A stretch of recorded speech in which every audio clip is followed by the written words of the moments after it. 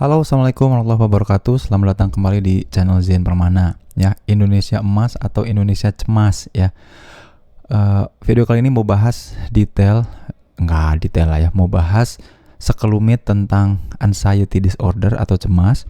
Karena pada pertengahan bulan Mei kemarin, Kementerian Kesehatan melalui menterinya, Pak Menteri itu bilang ada 32 juta masyarakat Indonesia yang terkena gangguan mental. Ya, mayoritasnya terkena 3 hal. Salah satu yang paling utama adalah anxiety disorder. Selain anxiety disorder, ada juga depression, dan juga yang ketiga katanya BPD ya, atau borderline personality disorder. Yang dua disorder lain, depresi sama BPD, borderline, itu nanti dibahas kapan-kapan. Tapi aku mau fokus ke yang paling tinggi pertama dengan angka prevalensi dunianya 1/8, teman-teman. Jadi dari 8 orang yang kita temui dimanapun di dunia, satu itu pasti mengalami anxiety disorder gitu. Jadi kenapa ini yang akan aku bahas lebih dulu. Mulai dari latar belakangnya, kira-kira awalnya sebabnya dari mana, kemudian bagaimana dengan sintesa dan kasus yang dihadapi terkait itu, apa yang dilakukan. Ya, kita bahas di video ini. Bismillah. Oke, tapi sebelum kita mulai, tolong like dan subscribe dulu ya buat teman-teman yang belum subscribe channel YouTube-nya Zen Permana ini. Nah, sebelum ngomongin soal anxiety, kita mulai dari latar belakang atau awalnya. Ada 2 istilah yang mau aku sharing dulu ya. Yang pertama adalah train of thought ya, atau lompatan-lompatan pikiran atau kereta pikiran ya. Train of thought ya, kereta pikiran. Tiap orang tuh punya kereta pikiran, teman-teman. Jadi kalau kita lagi ngelamun, pasti satu pikiran itu akan terus diikuti sama gerbong-gerbong pikiran lain. Duh, hari ini makan apa ya? Enak kayaknya nasi goreng. Ntar minumnya apa ya? Es teh manis. Terus es teh manis yang enak di mana ya? Oke, kayaknya dicampur cemilannya campur ini. Kayaknya jangan nasi goreng deh. Jadi satu gerbong lapar ke nasi goreng, ke es teh manis, ke nyari tempat di mana, nanti sama siapa, itu tuh jadi gerbong pikiran. Namanya train of thought ya. Bayangin itu soal makan, belum soal kehidupan, percintaan, pekerjaan, banyak hal. Maka satu objek pikiran aja yang sederhana, lapar misalnya, ke trigger pekerjaan misalnya, percintaan misalnya, kehidupan yang lebih kompleks kayak rumah tangga, pernikahan, ada permasalahan, kan itu lebih kompleks. Maka kita akan punya gerbong berpikir yang panjang banget, train of thought yang panjang. Nah, kalau sesekali itu wajar, alamiah orang, setiap orang akan mengalami yang namanya train of thought ya, kereta pikiran, diikuti sama gerbong-gerbongnya. Dan kalau pengen memutus itu tinggal stop, kembali ke kesadaran. Hari ini di sini saat ini aku lagi ngapain? Kan tadi aduh nasi goreng enak ya. Campur es teh manis enak ya. Itu kan nggak ada nasi gorengnya, nggak ada es teh manisnya, nggak ada, cuma lintasan pikiran. Kalau mau nyetop itu tinggal kita stop aja, kembali.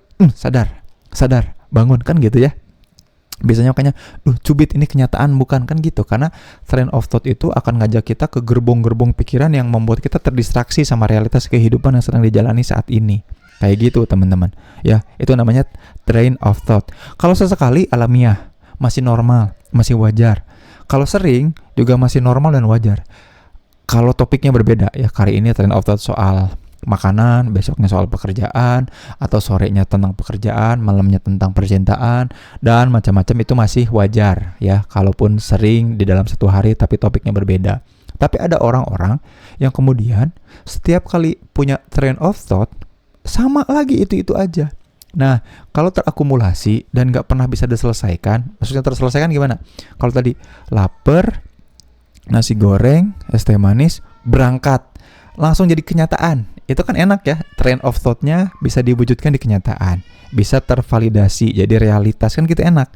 Tapi ada orang-orang yang kemudian, kebayang ya, punya permasalahan, percintaan, pekerjaan, keinginan, ambisi, harapan, ujian kehidupan.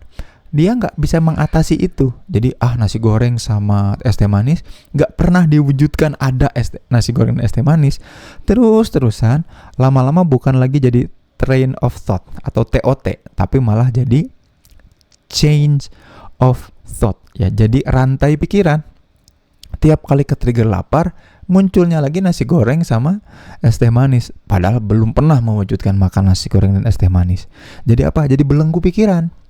Jadi belenggu pikiran karena dia jadi rantai yang jadi jangkar kita berpikir. kepikirannya ke situ lagi, ke situ lagi. Nah, kebayang ya, itu cuman topiknya makanan. Tapi kalau yang lain dia akan merasuk dalam, jadi rantai pikiran yang membelenggu psikologisnya seseorang, yang membuat kalau kita ke-trigger apapun itu jadi rasa takut dan cemas gitu, khawatir, takut dan cemas. Jadi ada worry, nanti tumbuh berkembang jadi fear dan anxiety. Ada dua nanti, ada fear, ada anxiety. Tapi semua bermula dari kata yang namanya worry. Jadi tiap kali kita punya change of thought, rantai belenggu pikiran, dia akan muncul jadi kekhawatiran-kekhawatiran yang kalau tidak diatasi, diselesaikan, dibereskan, ya, dikonversi jadi keberanian, jadi aktual, jadi perilaku di kenyataan, dia akan berubah jadi rasa takut, fear, yang kebanyakan nanti gangguan psikologisnya adalah fobia gitu ya. Terus juga uneasy feeling, trauma. Biasanya worry yang berubah jadi fear akan membuat kita sulit beradaptasi, jadi ke situ arahnya.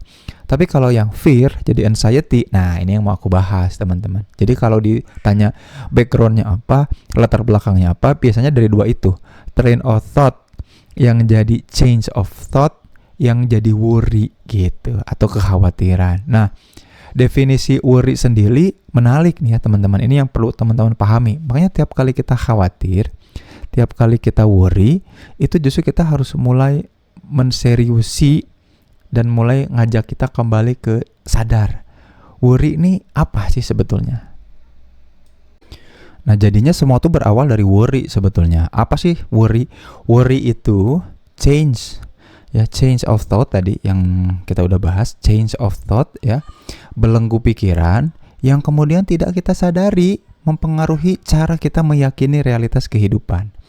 Nah, jadi kalau kita nggak sadar, tadi balik lagi, kalau kita nggak sadar punya TOT ya, train of thought, nggak sadar punya change, train of thought-nya jadi change of thought, maka nggak sadar tuh, dan dia mengendalikan kita, jadi relatively uncontrollable tuh. Buka referensi manapun dari Beck dan lain-lain soal worry ya, nih aku sambil buka beberapa ya, Clark sama Beck tuh ya, Zeb juga bilang kayak gitu, membuat kita kemudian jadi punya kecenderungan nanti ke mana? Ke fobia atau anxiety. Nah, spesifik soal anxiety, jadi ketika kita nggak punya kendali, maka kemudian diri kita akan ngarahin untuk mudah banget ke trigger. Jadi lebih peka, sensitif sama kejadian-kejadian gara-gara worry itu.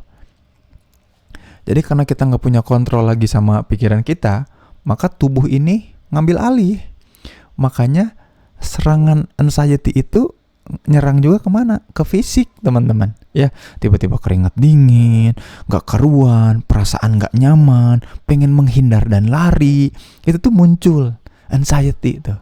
Bayangkan, generasi kita adalah generasi yang banyak kena masalah itu ya, bawaannya pengen buru-buru, ketakutan, takut diambil, takut direbut, takut hilang kesempatan, dan itu nggak disadari, ngambil alih psikologis kita. Dan 1/8 loh, 1 orang dari 8 orang yang kita temui itu udah pasti anxiety. Nah, cuman nanti ada beda ya, nanti kurang lebih ada 3 tipe anxiety yang mesti teman-teman tahu, yang mungkin 1 di antara 8 itu barangkali di antara 3 ini. Ya, yang pertama namanya GAD ya, atau Generalized Anxiety Disorder ya. Yang umum yang terjadi, yang aku sebut, yang jelasin tadi, itu namanya generalized. Tiap orang kalau terjadi worry yang kemudian nggak ada dalam kendali dan tidak bisa dia atasi, otomatis ngambil alih keyakinan, kehidupan, pikiran, perasaan, pendapat, dan responnya terhadap event. Jadi tiap ada event atau kejadian mudah ke-trigger, itu namanya GAD sebenarnya, Generalized Anxiety Disorder. Tapi ada juga kecemasannya itu gara-gara terpisah atau berpisah sama orang-orang yang penting atau signifikan. Jadi tiap kali kita jauh sama orang-orang yang penting, ya, biasanya penelitiannya di anak kecil yang terpisah sama orang tuanya.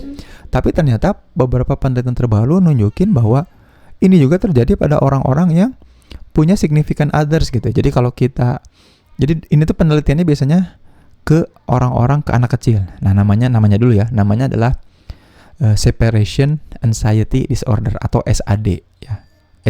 SAD, Separation Anxiety Disorder.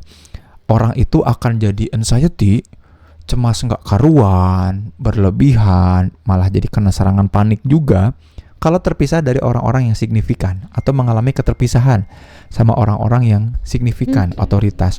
Dulu biasanya diteliti sama anak-anak yang kemudian jauh sama orang tuanya, terpisah. Mungkin ada kaitannya sama teori attachment, kelekatan, tapi ternyata enggak juga. Anak yang secure, insecure gitu ya, ternyata enggak juga. Anak-anak ini tuh memang betul-betul rasa takutnya tuh berlebihan, gak punya kendali.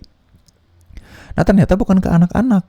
Di penelitian tentang SAD di remaja dan dewasa juga, jadi pernah gak kita kemudian duduk di sebuah toko atau restoran, kemudian teman kita bilang, aku ke toilet dulu ya, jangan tinggalin. Atau dia ninggalin aja, terus tiba-tiba tuh kita ngerasa keringet dingin, mulai takut, gak karu-karuan. Itu salah satu SAD gitu. Nah, kita takut ketika kita berpisah atau terpisah sama orang lain gitu. Nah, ada anxiety yang ketiga, yaitu namanya social anxiety. Nah ini mulai nih menarik ya pada anak-anak yang kemudian, karena kita tuh terlalu melabeli diri sama kepribadian, padahal maksud teori kepribadian di psikologi itu bukan untuk melabel diri ya.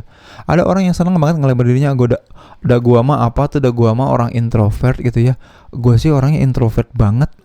Jadinya membuat dia meyakini bahwa orang introvert tuh harusnya menjauhi sosial dan lingkungan. Makanya ada yang namanya social anxiety. Ini beda nih.